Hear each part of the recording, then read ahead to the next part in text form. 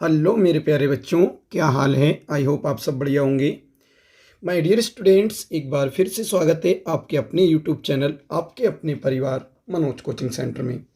जैसा कि आप सब जानते हैं मेरे प्यारे बच्चों, आपको मैं लगातार बेटा गणित की वीडियो प्रोवाइड करा रहा हूं और 3 चैप्टर की वीडियो तो मैंने बोर्ड पर बना के आपको प्रोवाइड करा दी है बेटा यूट्यूब के माध्यम से। और चौथे चैप्टर से बेटा कल से मैं आपको ये सभी वीडियो प्रोवाइड करा रहा हूँ। और आप सबको पता है बेटा, आपका कल अर्थात 27 फरवरी को मैथ का बोर्ड एग्जाम है। इसीलिए आप लगातार बेटा इन्हें अच्छे से पढ़ें, जिससे आप कल के पेपर में 70 में से बेटा 70 का करके आएँ। और ये मुझे पूरा विश्वास है बेटा, यदि आपने इन सभी वीडियो को अच्छे से देख लिया तो कोई भी प्रश्न बेटा बचने वाला नहीं है। कोई भी प्रश्न बेटा बाहर से नहीं आएगा। जो वीडियो में कराए जा रहे हैं मेरे प्यारे बच्चों, इन्हीं से आएगा। तो आपका ये फर्ज बनना है बेटा, इन्हें अच्छे से आप लोग ध्यान से देखें। तो चलिए बिना देरी किए शुरू करते हैं बेटा। कल जो चैप्टर नंबर 4 की एक वीडियो कराई थी, उससे ही बेटा भाग 1, उससे ही अगली वीडियो अर्थात चैप्टर नंबर 2 की बेटा भाग 2। चलिए मेरे प्यारे बच्चों, शुरू करते हैं बिना देरी किए आज की क्लास।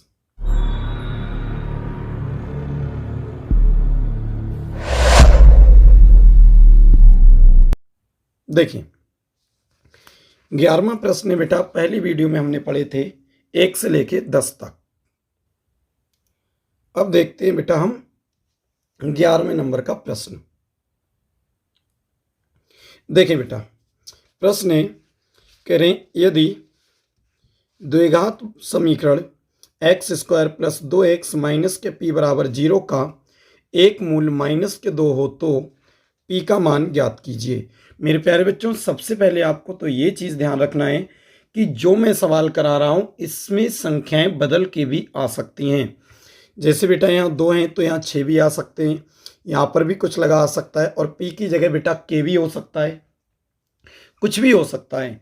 तो यदि इस प्रकार के बेटा सवाल आए, आप जिन वीडियो में जिन सवालों को मैं करा रहा हूँ उनके बेटा तरीके सीखने हैं। आपको क्या सीखने हैं मेरे प्यारे बच्चों?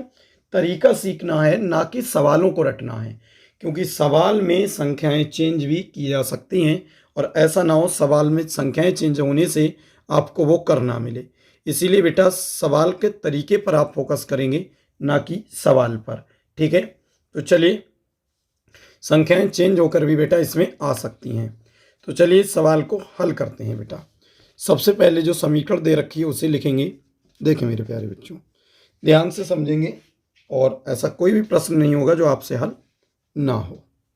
देखो बच्चों, सबसे पहले समीकरण लिख लेते हैं।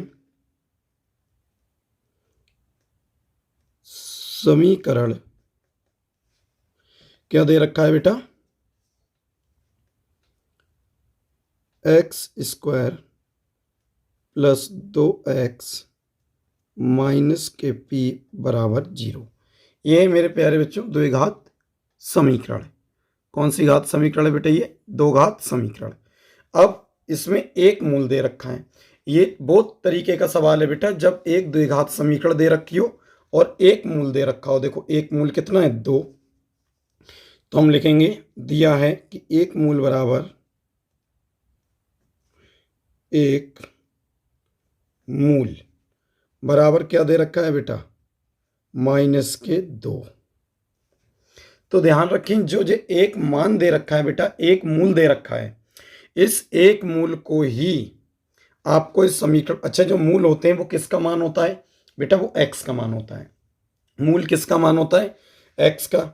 इसका मतलब जो एक मूल दे रखा है, ये किसका मान है बेटा? x का मान है। तो यही x का मान इस समीकरण में रख देंगे। जो भी मेरे प्यारे बच्चों एक मूल दिया हुआ करेगा वो x का मान हुआ करेगा, और वो x का मान जो समीकरण दे रखी है उसी में रखना पड़ेगा करेगा। ठीक है, तो लिखेंगे ये x का मान, ये x का मान दी गई समीकरण में रखने पर, ये x का मान दी गई समीकरण में रखने पर, ये x का मान दी गई समीकरण में रखने पर रखो भाई, यहाँ पर x है तो x की जगह क्या रखेंगे, -2।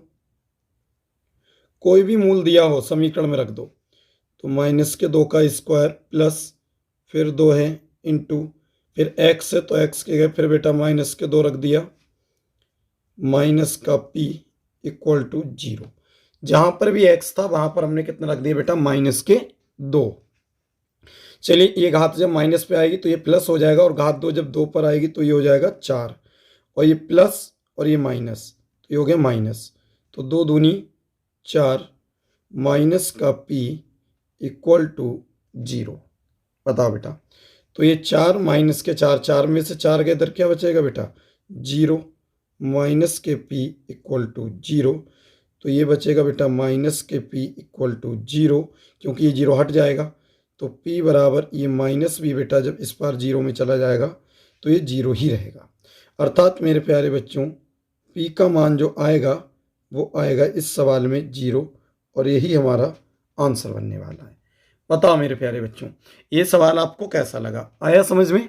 चलिए बेटा, ये तो था प्रश्न संख्या 11। अब बढ़ते हैं मेरे प्यारे बच्चों प्रश्न संख्या 12 की तरफ। ठीक है बेटा, चलिए, बस इन्हें आपको ध्यान देना है, तभी सवाल हो पाएंगे अच्छे से। ठीक है, ये रहा आपका प्रश्न संख्या 12। क्या है बेटा, द्विघात समीकरण ज्ञात कीजिए। द्विघात समीकरण ज्ञात कीजिए जिसके मूल 3 और 1/3 हों। 3 और 1/3 हों। द्विघात समीकरण ज्ञात कीजिए जिसके मूल 3 और 1/3 हों। मेरे प्यारे बच्चों, द्विघात समीकरण निकालने का आप सबको पता है, एक बहुत ही अच्छा सा सूत्र होता है। और वो सूत्र क्या होता है? सूत्र होता है मेरे प्यारे बच्चों, x² माइनस मूलों का योग x प्लस मूलों का गुणनफल बराबर 0। ठीक है बेटा, तो चलिए हम इन्हें अच्छे से जान लेते हैं, इस सवाल को हल करते हैं बेटा। ठीक है, ध्यान से समझेंगे। और अब यहाँ पर द्विघात समीकरण के लिए पेपर में कोई सा भी सवाल आ जाए, हो सकता है बेटा यहाँ 3 ना होकर, यहाँ 1/3 ना होकर कुछ और भी संख्या हो, लेकिन ध्यान रखना जिसमें द्विघात समीकरण पूछा हो उसमें वही सूत्र लगाना जो मैं अभी लगाने जा रहा हूँ। ठीक है, बाकी बिल्कुल यहाँ पर कोई भी संख्याएं चेंज हो सकती। और एक चीज़ ध्यान रखना, ये मूल दे रखे हैं, मूलों का योगफल नहीं। मूलों का योगफल नहीं, ना मूलों का गुणनफल है, ये मूल हैं, तो ध्यान रखें बेटा ये। ठीक है, चलिए, तो हम यहाँ लिखेंगे दिए हैं, क्या दिए हैं बेटा, मूल दिए हैं, मूल, और कितने दिए हैं, 3 और 1/3। द्विघात समीकरण निकालना है, सूत्र लगाएंगे। चूंकि द्विघात समीकरण,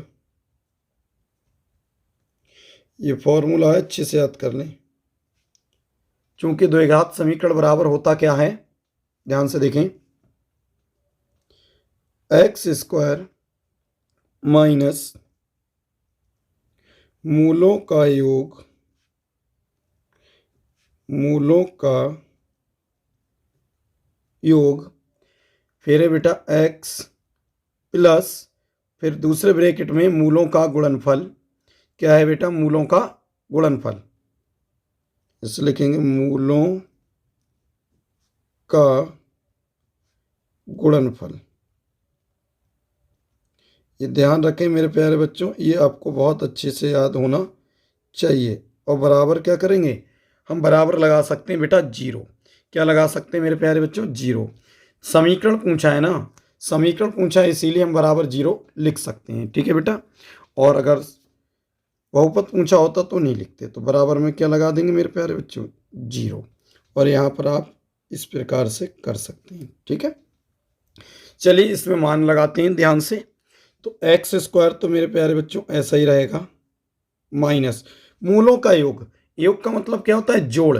जो मूल आपके पास दे रखे हैं बेटा, जो भी मूल आपके पास दे रखे हैं उनका क्या करना है, आपको जोड़ करना है। क्या करना है मेरे प्यारे बच्चों, जोड़ करना है। ठीक है, तो चलिए करते हैं, ध्यान से देखेंगे। दोनों मूलों का योग दे रखा है, तो देखें मूलों का योग मतलब जो मूल दे रखे हैं उन्हें जोड़ दो। तो देखो 3+1/3। तो ये हो गया बेटा मूलों का योग, दोनों को जोड़ के लिख दिया। और ध्यान रखें, अगर सवाल में मूलों का योगफल पहले से ही दे रखा है, जैसे यहाँ कही जाती मूलों का योगफल 3 है, तो उनको जोड़ते नहीं, जो योगफल होता बेटा वो योगफल की जगह पर ही लिख देते। ठीक है, x प्लस पहले मूलों का गुणनफल, तो गुणा करो, तो 3 × 1/3 = 0।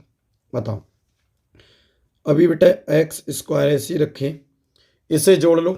कैसे जोड़ेंगे? भिन्न की तरह 3 की 3 से मल्टीप्लाई करो, 3 × 3 = 9, 9 में ऊपर का 1 जोड़ो 10, 3 × 3 = 9 और 1 10, 10/3, 10/3 x प्लस ये 3 से 3 बेटा कट जाएंगे, ऊपर नीचे गुणा में, तो यहाँ 1 बचा बराबर 0।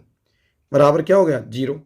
अब मेरे प्यारे बच्चों, ऐसा सवाल जब भी आ जाए कि बटे में कुछ है, तो आपको करना क्या है? सबके बटे में लगा देना है और इसके बटे से हटा देना है। तो यहाँ पर नहीं, बटे में कितने? 3, तो यहाँ नहीं, तो यहाँ 3 लगा दो, यहाँ पर 3 लगा दो, तो 3x² माइनस, अब इसके नीचे 3 हटा दो, 10x प्लस इसके बटे 3 नहीं, गुणा कर दो, यहाँ 3 से 3 एकम 3, यहाँ पर भी 3 दे दो और इधर बेटा 0 ही रहने दो।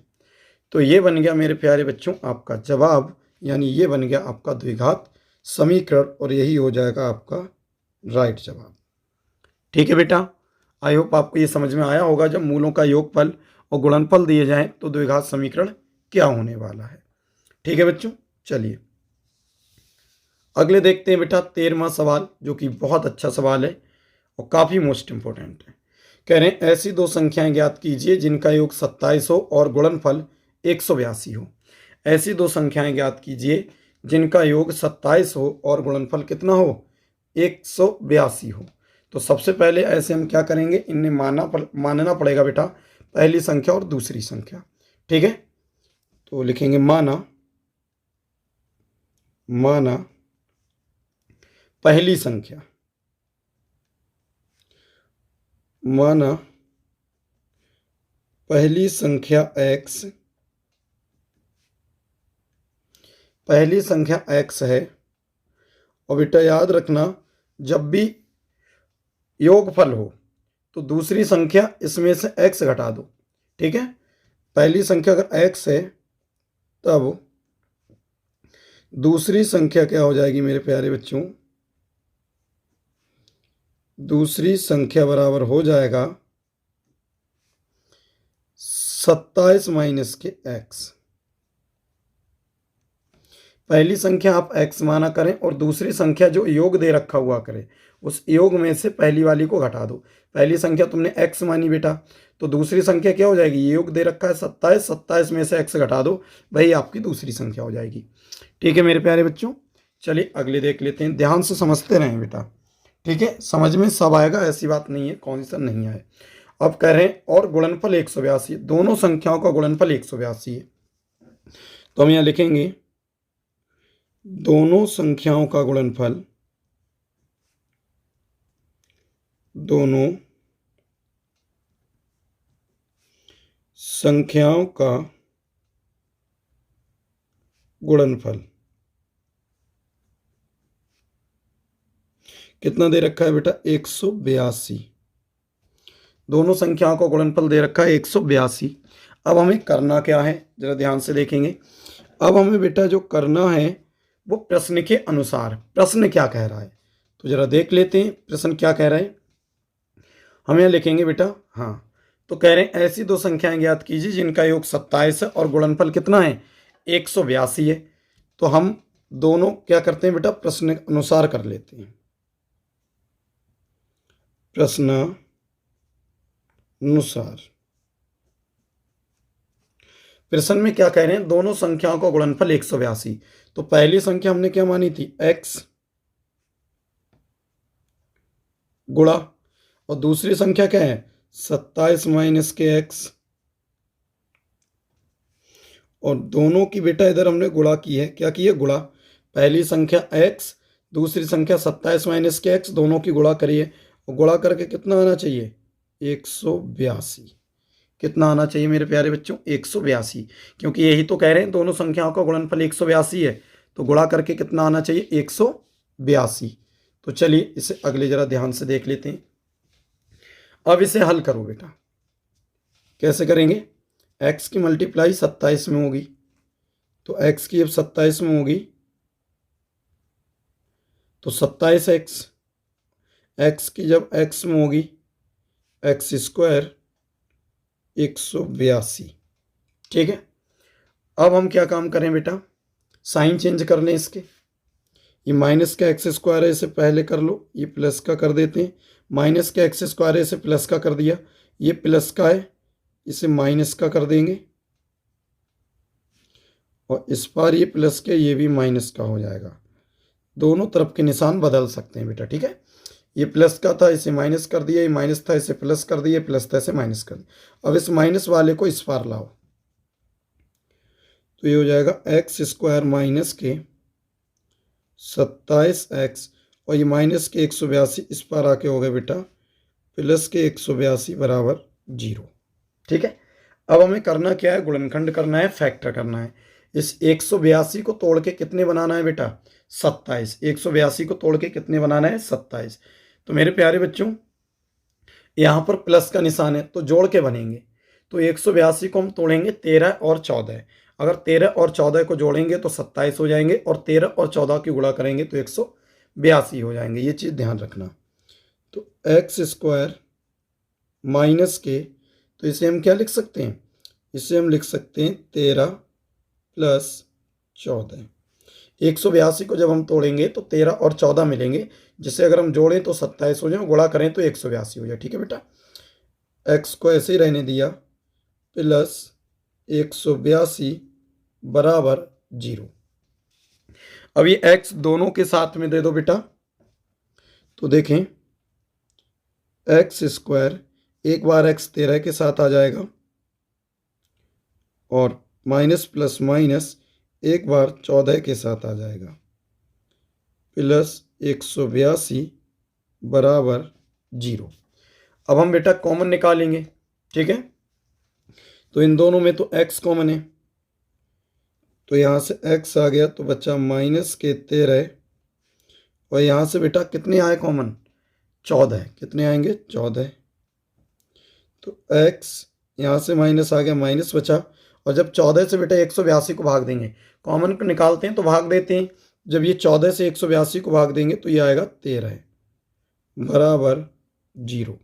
और ये भी आप बहुत अच्छे से जानते हैं कि दोनों ब्रैकेट कैसे होना चाहिए? एक से होना चाहिए। तो एक से, तो एक बार लिख लो, x माइनस के 13, ये भी है, ये भी एक बार लिख लिए। दूसरे बेटा ये वाला x माइनस के 14, x माइनस के 14 बराबर 0।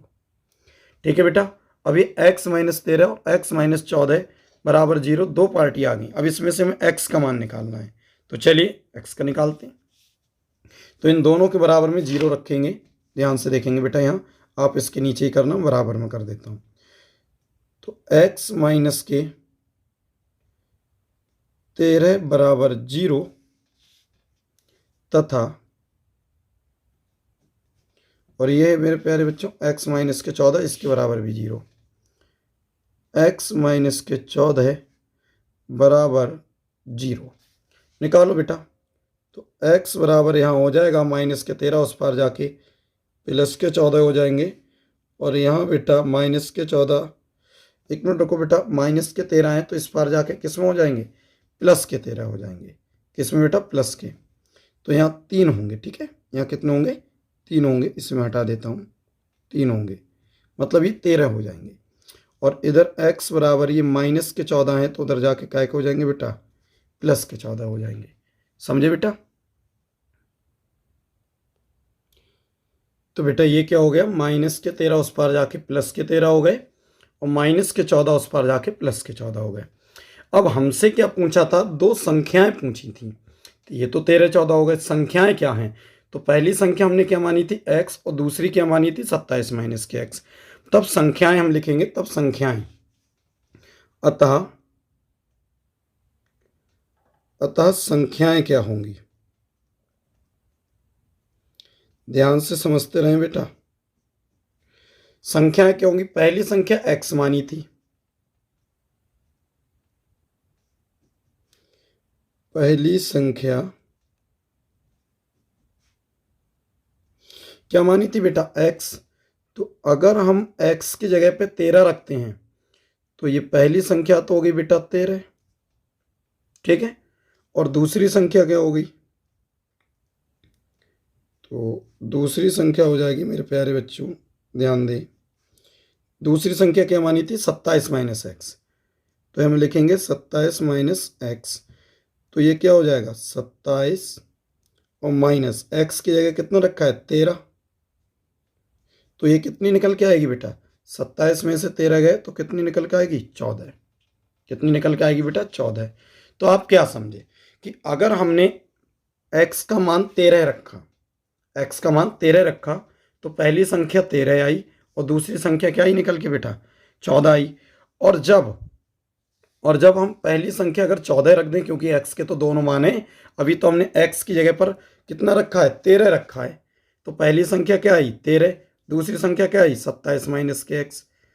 अब हम अगर रखें x बराबर 14 रखने पर, हम लिखेंगे अतः संख्याएं x बराबर 13 रखने पर, ऐसे लिख दो यहाँ पर x बराबर 13 पर। तो ये आ गया बेटा। अब हम लिखेंगे x बराबर 14 रखने पर,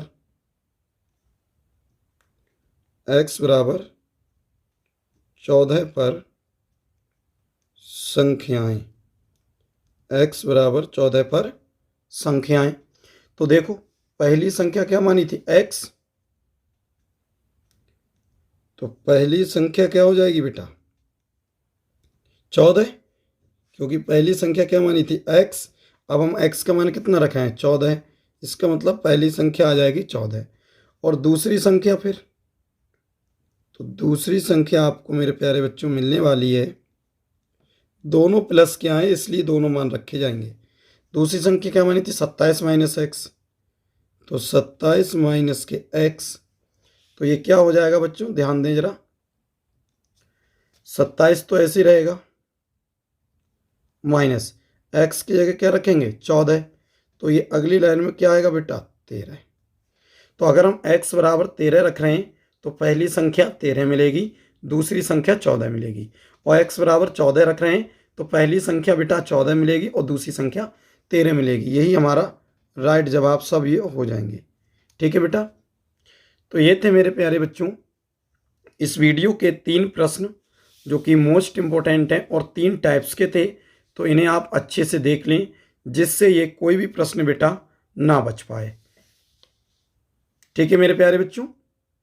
चलिए मिलते हैं किसी नेक्स्ट वीडियो में, तब तक के लिए वीडियो को देखते रहिए बेटा, मेहनत से कोई भी वीडियो छूट ना जाए, क्योंकि कल के प्रश्न में, कल के पेपर में कौन सा प्रश्न आ जाए ये कोई नहीं कह सकता, लेकिन हाँ इन्हीं में से आएगा, इसलिए इन सभी को अच्छे से करके जाएं। चलिए मेरे प्यारे बच्चों मिलते हैं किसी नेक्स्ट वीडियो में, तब तक के लिए थैंक्स फॉर वॉचिंग। जय हिंद, जय भारत।